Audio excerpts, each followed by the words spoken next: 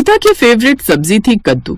आए दिन अनीता के घर में कद्दू की सब्जी बनती रहती थी, इसलिए अनीता को भले ही कोई सब्जी न मिले, बस कद्दू की सब्जी मिल जाए तो उसकी खुशी दुगनी हो जाती थी।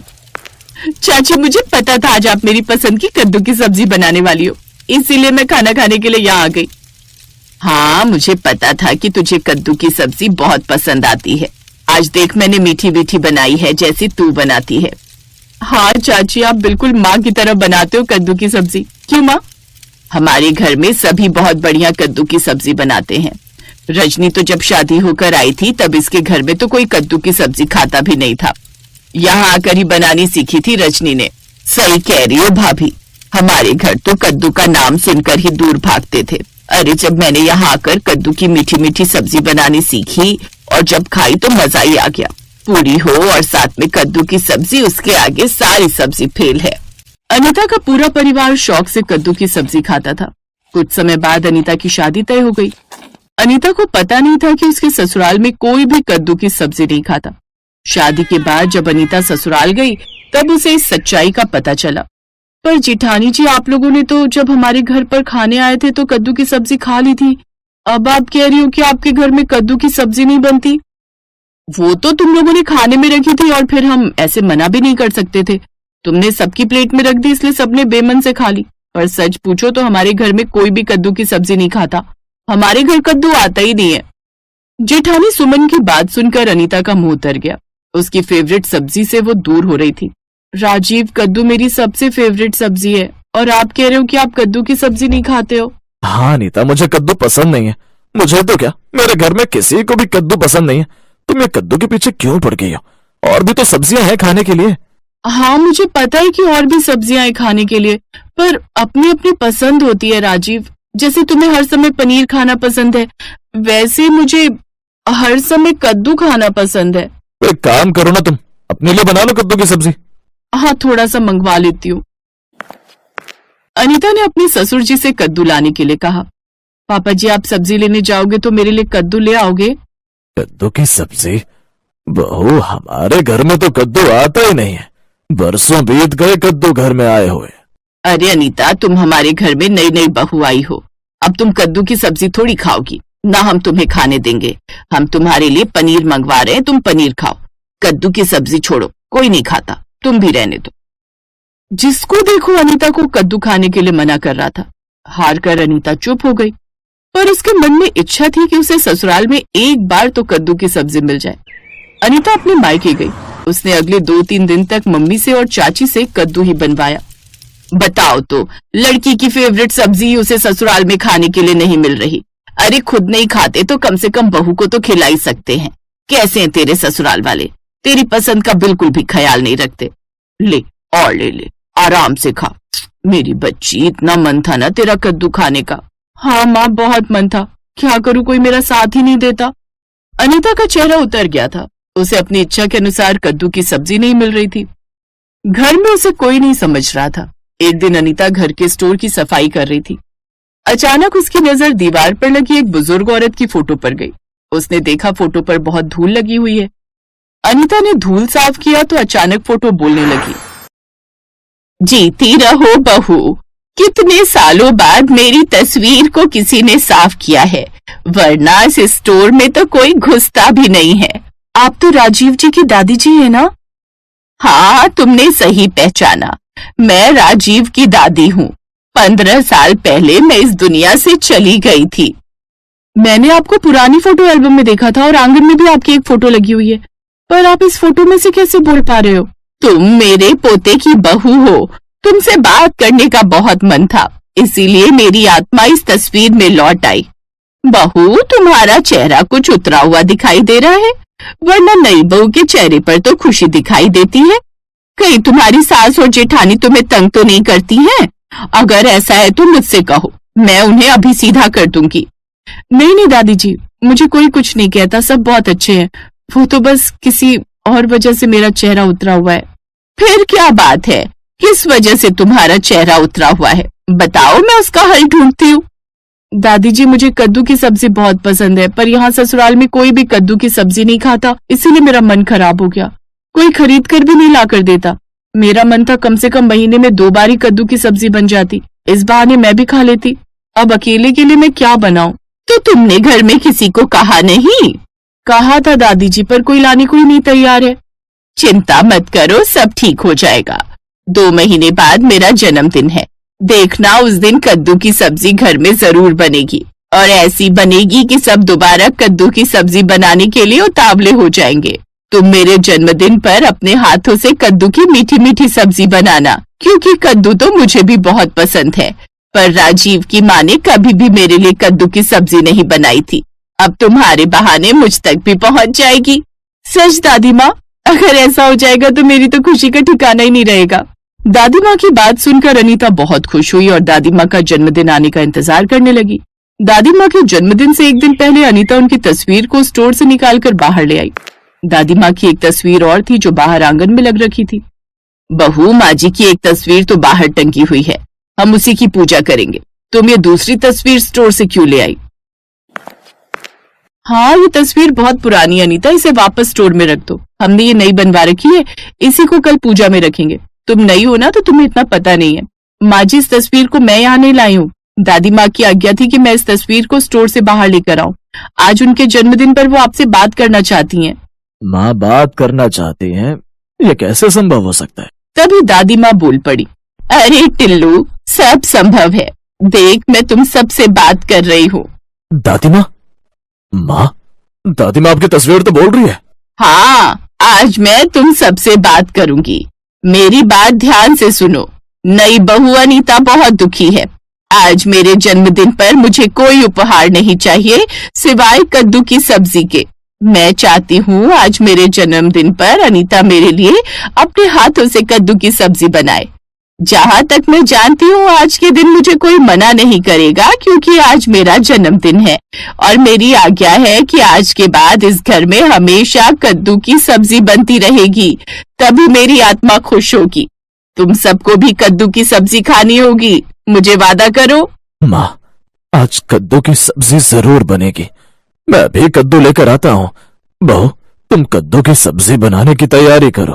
थैंक यू दादी माँ, बहुत अच्छे हो। और अगले दिन उनके जन्मदिन पर उनके कहे अनुसार अनीता ने खाने में कद्दू की मीठी मीठी सब्जी बनाई।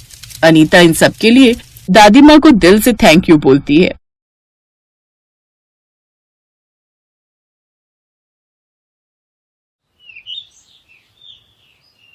क्या माँ, मुझे नमक रोटी नहीं खानी है, मुझको बिरयानी खानी है। रूही, अच्छे बच्चे जिद नहीं करते, चलो खा लो। बहू, अब तू बेचारी बच्ची को सूखी रोटी खिलाएगी तो थोड़ी खाएगी, सब्जी नहीं है क्या? माँ जी, आलू की सब्जी बना रखी है, मगर इसके नखरे आलू नहीं खाएगी। घर में दूसरी सब्जी है भी नहीं कि बना दूं, वो खेत से लाएंगे तो बना दूंगी। तभी कड़ी धूप में सुनील खेत से घर आता है। हे प्रभु, गजब की गर्मी पड़ रही है। अभी गर्मी के मारे हाल बेहाल है, मई जून में और भयंकर गर्मी पड़ेगी। क्या हुआ सुनील, चेहरा क्यों उतरा हुआ है? अब क्या ही बताऊं माँ, खेत की आधे से ज्यादा सब्जी धूप के चलते जल गई। थोड़ी सी सब्जी बेचने लायक निकली है, आज बाजार नहीं लगाऊंगा, फेरी कर लूंगा घूम घूम कर। गरीबी के चलते इस पूरे परिवार की जड़ कमजोर थी। वो किसी तरह सब्जी बेचकर पैसे कमाते थे। कुछ देर बाद वंदना उनके लिए खाना लगा देती है। ये क्या, आलू की सब्जी रोटी? रोज रोज ये सब खाकर तो मन भर गया, मेरी तो भूख ही मर गई। घर में बिरयानी बने तो जमाना गुजर गया।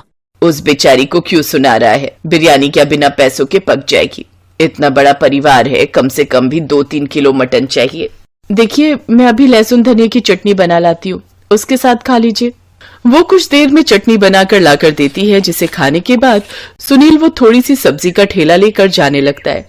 तभी वंदना की नजर पड़ोसन के आंगन के पेड़ पर पड़ती है, जिस पर कई सारे कटहल उगे थे।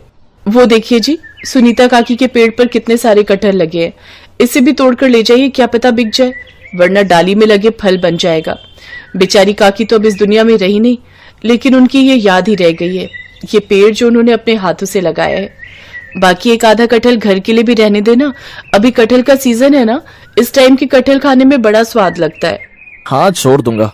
थोड़ी देर में सुनील सब्जी बेचने निकल जाता है। तभी शाम को मोहल्ले में ठेला लेकर चिकन बिरयानी बेचने वाला आता है। आओ आओ, बिरयानी खाओ, आओ आओ। आपके मोहल्ले में मुरादाबादी बिरयानी वाला 150 की हाफ प्लेट, 300 की फुल प्लेट बिरयानी खाओ। उसकी आवाज सुनते ही रूही दरवाजे पर आकर खड़ी हो जाती है। तभी पड़ोसन मयूरी अपने बेटे यश को लेकर आती है। अरे ओ बिरयानी वाले भैया, मेरे बेटे के लिए हाफ प्लेट बिरयानी लगा दो। मुझको तो ये बिरयानी देखने में बहुत लजीज लग रही है, काश हम भी खा पाते। मैं अभी माँ से पैसे मांग कर लाती हूँ।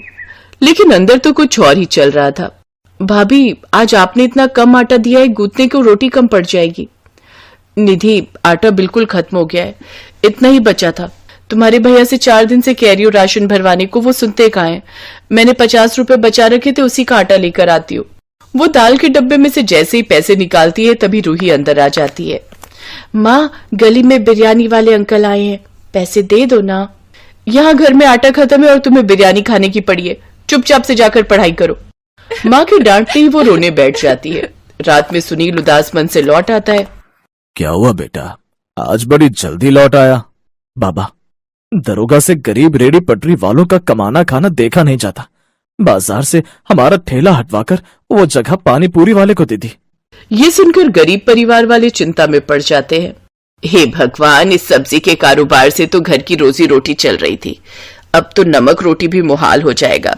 ये बोलते हुए उसकी आंखों में आंसू झलक पड़ते हैं। सभी परिवार वालों की आंखें भी नम हो जाती हैं। फिर एक रात, अरे बहू, ये तूने थाली में कब की रोटी परोसी है?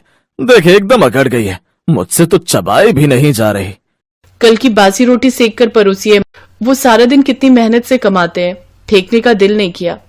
अरे बासी से क्या हो गया बहू, ये भी तो अन्न ही है, खा लो सब लोग। तभी एकदम से उनके खांचे में बिरयानी की खुशबू आती है। लगता है किसी के घर में चिकन बिरयानी बना हुआ है। अरे घर में बिरयानी कब बनेगी?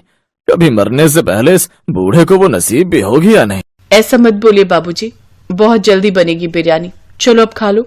सब लोग बेमन से सूखी रोटी खाने लगते हैं, लेकिन सबका दिल बिरयानी खाने के लिए ललचा रहा था। अगली सुबह हल्ले गुल्ले की आवाज से सब जाग जाते हैं। चोर कहीं की, बता क्या आई थी चुराने, बोल। आंटी, मैं कुछ भी चुराने नहीं आई, छोड़ दो मुझे। ये तो अपनी रूही की आवाज है, रूही कहाँ है? गरीब ससुराल वाले हड़बड़ाते हुए बाहर आते हैं। अरे ओ निर्दयी औरत, छोड़ मेरी बेटी को। वो देखो, आ गया चोरों का खानदान। तू चोर, तेरा पूरा खानदान चोर होगा। चुप करो, ऐसे झगड़ा बढ़ाने का कोई मतलब नहीं। अरे एक ही पड़ोस में रहना है हमें। बहन जी, क्या बात है, मेरी बेटी से कोई भूल चूक हुई है क्या? इसका चेहरा ध्यान से देखो, सब समझ आ जाएगा। रूही के मुंह पर बिरयानी की जूठन लगी देखकर वो सब समझ जाती है। जी हमें माफ करना, ये इसकी गलती है। वंदना गुस्से में उसे अंदर ले जाती है। सच सच बता, क्या तूने मयूरी आंटी के कूड़ेदान में से बिरयानी निकाल कर खाई थी? हाँ खाई थी माँ, मैंने तुम्हें कितनी बार बोला कि मेरा बिरयानी खाने का दिल करता है, तुम कभी नहीं बनाती हो, और अब मैं तब तक खाना नहीं खाऊंगी जब तक मुझे बिरयानी नहीं मिल जाती। नन्ही सी रूही के कूड़े में से जूठी बिरयानी निकालकर खाने की बात सुनकर ससुराल वालों का कलेजा फट जाता है। तभी एकदम से वंदना का ध्यान रसोई में एक कोने में रखे कटहल पर जाता है, जिससे उसे जुगाड़ आता है। तुझको बिरयानी खानी है ना, तो आज घर में बिरयानी बनेगी। हे भगवान, ये तू कैसे दिन दिखा रहा है। मेरा बच्चा बिरयानी खाने के लिए तरस रहा है, पर मैं पिता होकर भी उसकी इच्छा को पूरा नहीं कर पा रहा। मगर बहू, अभी हमारे हाथ में तो फूटी कौड़ी भी नहीं है, चिकन कहाँ से खरीद कर खाएंगे? बाबूजी, सब कुछ आप मुझ पर छोड़ दीजिए। अब वंदना अपनी ननद के साथ कटहल काटकर उसे धोकर उसमें मसाला डालकर उसे फ्राई कर लेती है। भाभी, मेरी तो कुछ समझ में नहीं आ रहा कि आप करने क्या वाले हो। माना कि हमारे पास चिकन बिरयानी खाने के पैसे नहीं है, लेकिन कटहल तो हमारे घर पर है ना, और कटहल को अच्छे से मसाले में बनाया जाए तो वो भी चिकन जैसा स्वाद ही देता है। भाभी, ये जुगाड़ हमें पहले क्यों नहीं सोचा? निधि, तुम जरा यहाँ खड़े मसाले सिलबट्टे पर पीस दो। थोड़ी देर में कटहल की बिरयानी की स्वादिष्ट खुशबू पूरे घर में फैल जाती है। इधर पूरा परिवार मन में आस लगाए हुए बिरयानी का इंतजार कर रहा था कि कुछ देर बाद गर्मा गर्म कटहल की बिरयानी पेश है। लीजिए, सब लोग खाइए। वाह भाई वाह, कितनी बढ़िया कटहल की बिरयानी की खुशबू आ रही है। मेरा तो मन प्रसन्न हो गया, आज तो पेट भर कर खाऊंगा। जैसे ही गरीब ससुराल वाले कटहल की बिरयानी खाते हैं तो उनकी आंखों में खुशी के आंसू निकल पड़ते हैं। क्या हुआ माँ जी, आप दोनों रो क्यों रहे हैं? बिरयानी में मिर्ची ज्यादा हो गई है क्या? नहीं बहू, हमने तो जीवन में कभी भी इतनी स्वादिष्ट कटहल बिरयानी नहीं खाई थी। सच में सुनील, क्या कमाल की बिरयानी बनाई है तुमने। बिल्कुल भी देखकर नहीं लग रहा कि बिना चिकन मटन की बिरयानी है। भाभी आप तो खुद का यही काम शुरू कर लो, देखना खूब कमाई होगी। हाँ वंदना, तुम कटहल की बिरयानी बनाना और मैं सब्जी के साथ साथ उसे भी बेचूंगा। अब वो ऐसा ही करते हैं और कुछ ही दिनों में उनकी अच्छी कमाई होने लगती है। ठीक ठाक कमाई होने से अब वो चिकन बिरयानी भी बनाकर खाने लगते हैं।